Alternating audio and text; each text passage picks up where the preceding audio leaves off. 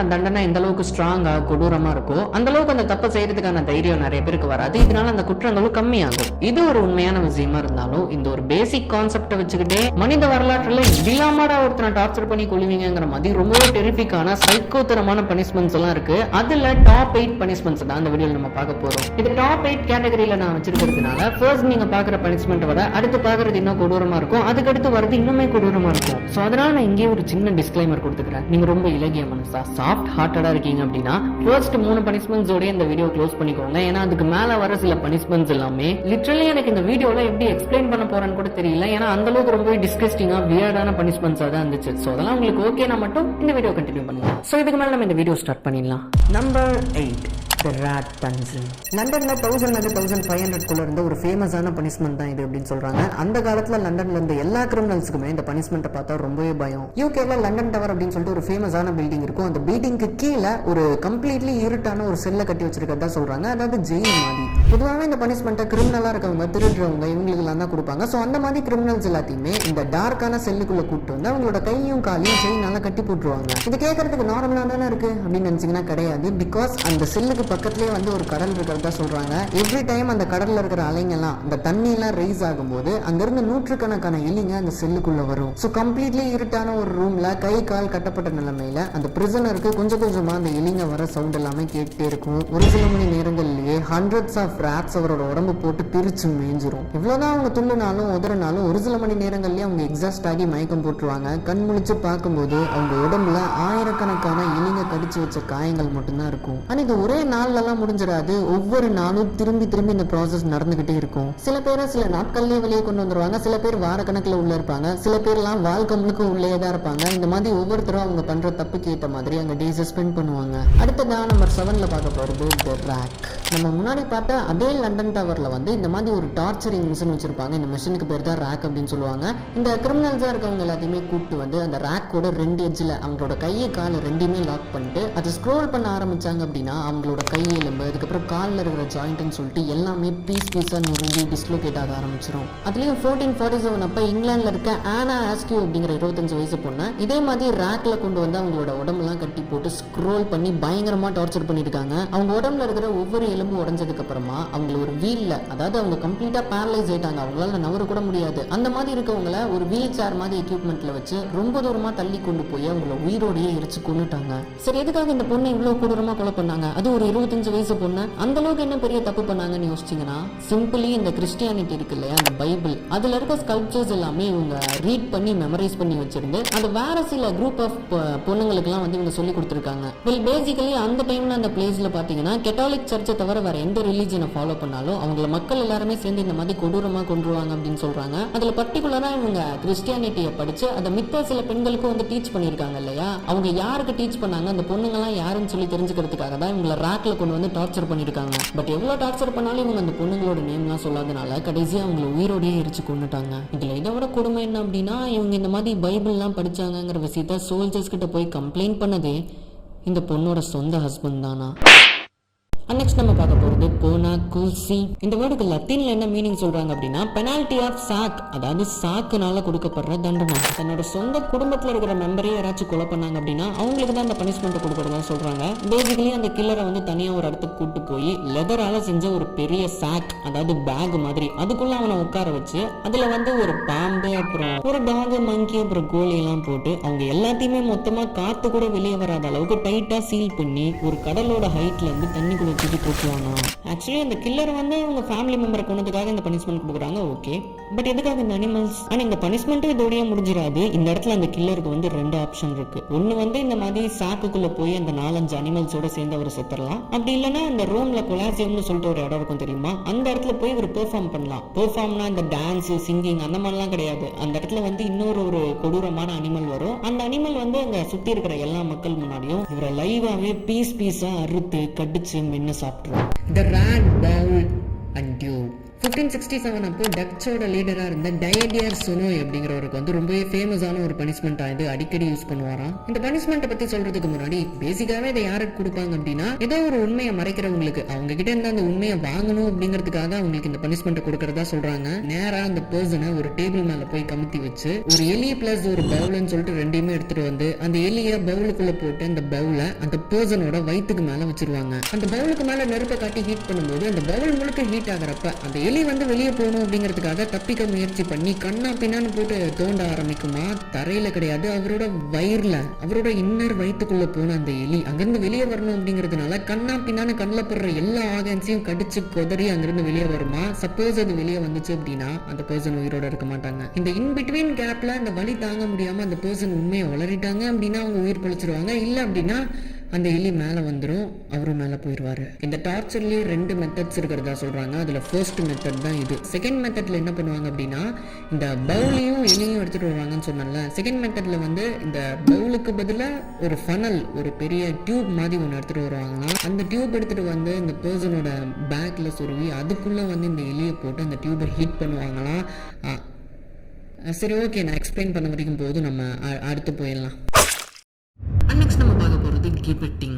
First time national ஜியோகிராஃபியோட ஒரு மேகசின்ல இந்த picture வந்ததுக்கு அப்புறமா தான் இந்த மாதிரி ஒரு பனிஷ்மெண்ட் இருந்ததே வந்து கன்ஃபார்ம் பண்ணியிருக்காங்க. இது என்ன மாதிரி பனிஷ்மெண்ட் அப்படின்னு சொல்லி பார்க்கும்போது, பைரட்ஸா இருக்கவங்க, திருடுறவங்க, இந்த மாதிரி கிரிமினல்ஸா இருக்கவங்க எல்லாத்துக்கும் அந்த பனிஷ்மெண்ட்டை காமனா கொடுத்ததா சொல்றாங்க. பப்ளிக்கான பிளேசஸ், இந்த ரோடு, அப்புறமா தண்ணி எடுக்கிற லேக் அப்படின்னு சொல்லிட்டு இந்த மாதிரி பப்ளிக் அதிகமா வந்துட்டு போற இடத்துல வந்து 30 feet ஹைட்ல இருக்கிற ஒரு கேஜுக்குள்ள இந்த கிரிமினல்ஸ் எல்லாமே போட்டு அடைச்சிடுறதா சொல்றாங்க. ஆனா அந்த கூண்டுமே வந்து நிக்கிற அளவுக்கு மட்டும் தான் இடம் இருக்கும், அந்த அளவுக்கு அது குட்டியான ஒரு கூண்டு தான். பேசிக்கலி அதுக்கு மேல அவங்களுக்கு சாப்பாடு தண்ணின்னு சொல்லிட்டு எதுவுமே தர மாட்டாங்க. அந்த கூண்டுக்குள்ள அப்படியே பப்ளிக்காவே போட்டு வச்சிருவாங்க. ஏன்னா பப்ளிக்கா மித்த மக்கள் எல்லாருமே இதை பார்க்கும்போது யாருக்குமே அங்க போகக்கூடாது அப்படிங்கிற ஒரு பயம் இருந்துட்டே இருக்கும் இல்லையா, அதனாலே யாரும் அந்த கிரைம் செய்ய மாட்டாங்கன்னு நினைச்சிருக்காங்க.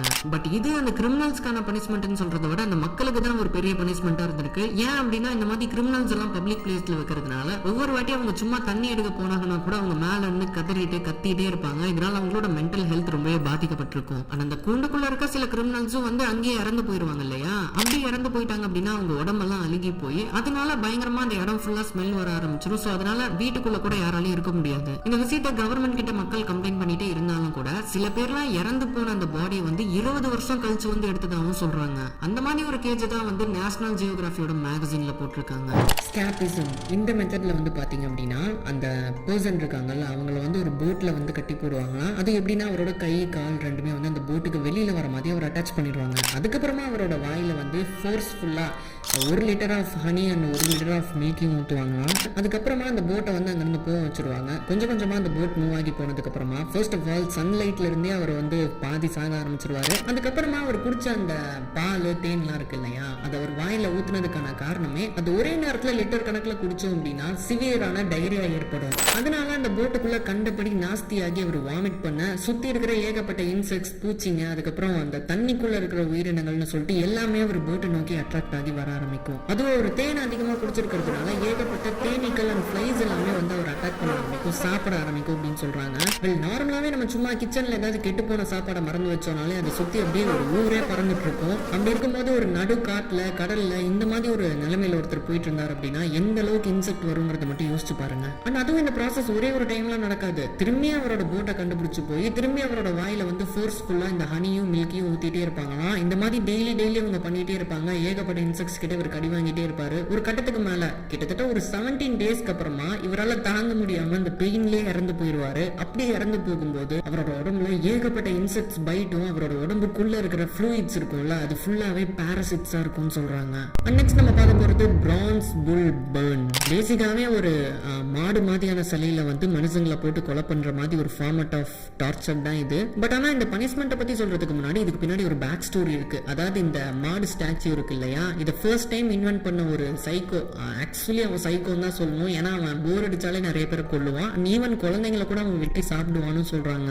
ஃபர்ஸ்ட் டைம் இந்த மாதிரி மக்களை கொடூரமா கொல்லக்கூடிய ஒரு இன்வென்ஷனை கண்டுபிடிச்சதுக்கு அப்புறமா அதை எக்ஸிக்யூட் பண்ணி பாக்குறதுக்கு இவர்கிட்ட காசு இல்ல. அதனால நிறைய இன்வெஸ்டர்ஸ் கிட்ட எல்லாம் இவர் போயிருக்காரு. அப்படி ஒருத்தர் கிட்ட வந்து இவர் காசு கேட்டு போகும்போது அந்த நபர்கிட்ட வந்து இவர் எக்ஸ்பிளைன் பண்ணிருக்காரு. அதாவது ஒரு பெரிய மாடோட சிலை அங்க வந்து கிட்டத்தட்ட ஒரு 5-6 பீப்புள் அதுக்குள்ள இருக்க முடியும்னு சொல்றாங்க. அந்த அளவுக்கு ஒரு ஆக்சுவல் காலம் மாடு சைஸுக்கு வந்து அந்த ஸ்டாச்சு ஸ்டாச்சு இருக்குன்னு சொல்றாங்க. அந்த ஸ்டாச்சுக்குள்ள மனுஷங்களை உயிரோட போட்டுட்டு அவங்கள உள்ளுக்குள்ளேயே லாக் பண்ணிட்டு அந்த ஸ்டாச்சுக்கு கீழே வந்து ஏதோ இந்த அடுப்புல நெருப்பு வைக்கிற மாதிரி ஃபயர் பண்ணி எரிய வைப்பாங்க. அந்த ஸ்டாச்சு கொஞ்சம் கொஞ்சமா ஹீட் ஆகி ஏதோ தோசை கல்ல வெந்து தீஞ்சு போய் சாகுற மாதிரி உள்ள இருக்கிற மனுஷங்க எல்லாமே அப்படியே கருகியே இறந்து போயிடுவாங்க. அப்படி அவங்க சாகும்போது அவங்க உடம்பெல்லாம் எரிஞ்சு போய் புகையா வரும் இல்லையா, அந்த புகைலாம் வந்து இந்த மாடோட மூக்குல இருந்து வர மாதிரியும் அவங்க கத்துற அலற சவுண்ட் எல்லாமே ஒரு ஃபனல் வச்சு இந்த மாடோட வாயில கனெக்ட் பண்ணிருப்பாங்க. அதனால அவங்க கத்துற சவுண்ட் எல்லாமே ஒரு மாடு கத்துற மாதிரி ஒரு சவுண்ட் மேக் பண்ணும் அப்படின்னு சொல்லிட்டு இவர் சொல்றாரு. பட் இதை கேட்டு அந்த இன்வெஸ்டரும் அது எப்படி எக்ஸாக்டா அந்த மாதிரி சவுண்ட் வரும், நீ எனக்கு ஒரு ட்ரையல் காமி அப்படின்னு சொல்ல இந்த இன்வென்ஷனை கண்டுபிடிச்சவரும் வந்து என்ன பண்றாரு, அதுக்குள்ள போய் உட்காந்துட்டு இந்த மாதிரி தான் சவுண்ட் கேட்கும் அப்படிங்கிற மாதிரி சொல்லிட்டு இருக்கும்போது அவர் அதை லாக் பண்ணிட்டு அங்கேயே அதுக்கு நெருப்பு வச்சிருக்காரு. சோ அவரு கண்டுபிடிச்ச அந்த கண்டுபிடிப்பால அவரே அங்க இறந்து போயிட்டாரு. ஏன்னா இந்த இன்வென்டரை போட்டு தள்ளிட்டாரு அப்படின்னா இவரே இந்த இன்வென்ஷன் ஐடியா எடுத்துக்கலாம் இல்லையா. சோ இதனால அவர் யாருக்கும் காசு கொடுக்கணும்னு சொல்லி அவசியம் இல்ல, சிம்பிளி அவன் பொருள் எடுத்து அவனையே போட்டாரு. ஆனா அதுக்கப்புறமா ரோம் முழுக்க நிறைய இடத்துல வந்து இந்த பனிஷ்மெண்ட் கொடுக்க ஆரம்பிச்சிருக்காங்க. பர்டிகுலரா இது யாருக்கு கொடுக்குறாங்க அப்படின்னா இந்த கிறிஸ்டியானிட்டி ஃபாலோ பண்ற பீப்புள் இருப்பாங்கல்ல, அவங்கள வந்து ஃபேமிலியோட அவங்களோட குழந்தைங்களோட சொல்லிட்டு எல்லாத்தையுமே கூப்பிட்டு வந்து இந்த புல்குள்ள போட்டு அவங்களை கம்ப்ளீட்டாவே உள்ள வச்சு எரிச்சிருவாங்க. அதாவது எரிச்சிருவாங்கன்னு சொல்றதை விட அவங்களை ஹீட் பண்ணியே கொண்டுருவாங்க. நார்மலா ஒரு தோசை கல்லை தொட்டு பார்த்தாலே இந்த அளவுக்கு சூடா இருக்கும்னு சொல்லிட்டு நமக்கு தெரியும். ஸோ அப்படி இருக்கும்போது ஜஸ்ட் இமேஜின் அந்த மாதிரி ஒரு புல்குள்ள எரியறது எவ்வளவு கொடூரமா இருக்கும் அப்படின்னு சொல்லிட்டு. பட் சேட்லி அங்க இருந்த மக்கள் எல்லாருமே இவங்க இந்த மாதிரி கதறி கதறி இறந்து போறது எல்லாமே வந்து என்டர்டைன்மெண்ட் மாதிரி நின்று பார்த்துட்டு இருப்பாங்க.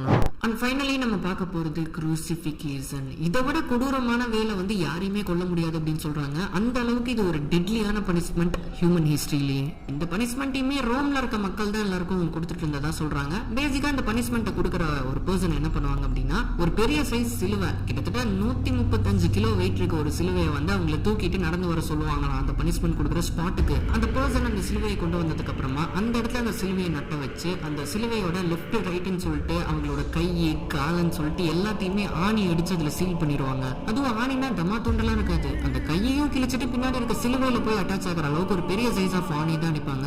அந்த அப்படி அந்த சிலுவையை தூக்கி மேல நிறுத்தும் போது அந்த பர்சனோட பாடி வெயிட் தாங்காம அவர் கீழே இழுக்கப்படுவாரு. பட் ஆனா அவரோட கை எல்லாமே ஆணி அடிச்சிருக்கிறதுனால அது அப்படியே டைட்டா பிடிச்சிக்கும். இந்த இடத்துல நரக வேதனையா இருக்கும் அப்படின்னு சொல்றாங்க. அண்ட் இது பத்தாத்துக்கு அந்த பர்சனோட நெஞ்சில வந்து ஸ்பியர், அதாவது இந்த ஈட்டி எல்லாம் வச்சு குத்துறதா சொல்றாங்க ஹார்ட்ல. வெல் பேசிக்காவே இந்த சிச்சுவேஷன் என்ன ஆகும் அப்படின்னா ரொம்ப நேரமா இந்த மாதிரி பாடி தொங்கிட்டே இருக்கிறதுனால கையில இருக்கிற அந்த ஷோல்டர்ஸ் ஜாயிண்ட் எல்லாமே வந்து தனித்தனியா கண்டுக்க ஆரம்பிக்கும். இதனால கையே மொத்தமா டிஸ்லோகேட் ஆகிரும். அதுக்கப்புறமா சில மணி நேரங்கள் கழிச்சு அந்த பாடியோட வெயிட்டால மட்டும்தான் அந்த மொத்த உடம்புமே தொங்கிட்டு இருக்கும் அப்படின்னு சொல்றாங்க. அப்படி தொங்கும் போது என்ன ஆகும்னா அவங்களோட அந்த ஹார்ட் இருக்கு தெரியுமா, அந்த ஹார்ட் ரிப்ஸ் லங்ஸ்ன்னு சொல்லிட்டு எல்லாமே கொஞ்சம் கொஞ்சமா சிதைஞ்சு போக ஆரம்பிக்கும். மோஸ்ட் ஆஃப் த பீப்புள் அந்த டைம்லயே வந்து ஹார்ட் ஃபெயிலியர் ஆகி இறந்து போயிடுவாங்கன்னு சொல்றாங்க. பத்தாத்துக்கு இவங்க ஈட்டிலாம் வேற எடுத்து நெஞ்சில குத்துறாங்களா, ஸோ சொல்லவே தேவையில்லை 99% அங்கேயே இறந்து போயிடுவாங்க. பட் இருந்தாலும் ஒரு சில பீப்புள் வந்து இந்த குரூசிஃபிகேஷனையும் தாண்டி உயிரோட இருந்ததா ரெக்கார்ட்ஸ்ல சொல்றாங்க. பட் ஆனா அவங்க யாரு என்னங்கிற டீடைல்ஸ் எல்லாமே தெளிவா கிடையாது. இந்த மாதிரி இந்த லிஸ்ட்ல இருக்க பனிஷ்மெண்ட்ஸ் எல்லாம் பார்க்கும்போது எனக்கு தோணுது நம்ம வாழ்ற இந்த ஜெனரேஷன் டைம் லைன்ல இப்போ வந்து நம்ம பிறந்திருக்கிறதுக்கு உண்மையிலேயே நம்ம எல்லாருமே ஒரு லக்கியான பீப்புள்னு தான் சொல்லணும். ஸோ இன்னைக்கு வீடியோ அவ்வளோதான்.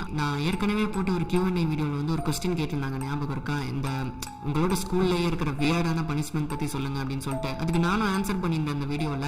அதே மாதிரி உங்கள் ஸ்கூலில் உங்களுக்கு கிடைச்ச ஒரு வியர்டான பனிஷ்மெண்ட் ஆர் ரொம்ப கொடூரமான பனிஷ்மெண்ட் அந்த மாதிரி ஏதாச்சும் இருந்துச்சுன்னா அதை இந்த வீடியோக்கு கீழே கமெண்ட்ல சொல்லிட்டு போங்க, நானுமே படிச்சு தெரிஞ்சுக்கிறேன். அண்ட் முக்கியமாக யாராச்சும் புதுசாக அந்த வீடியோ பார்த்துட்டு இருக்கீங்க அப்படின்னா சப்ஸ்கிரைப் பண்ணி வச்சுக்கோங்க. நாளைக்கு இதே மாதிரி ஒரு சூப்பரான வீடியோவில் திரும்பி நான் வந்து உங்களை மீட் பண்ணுறேன். Love you guys.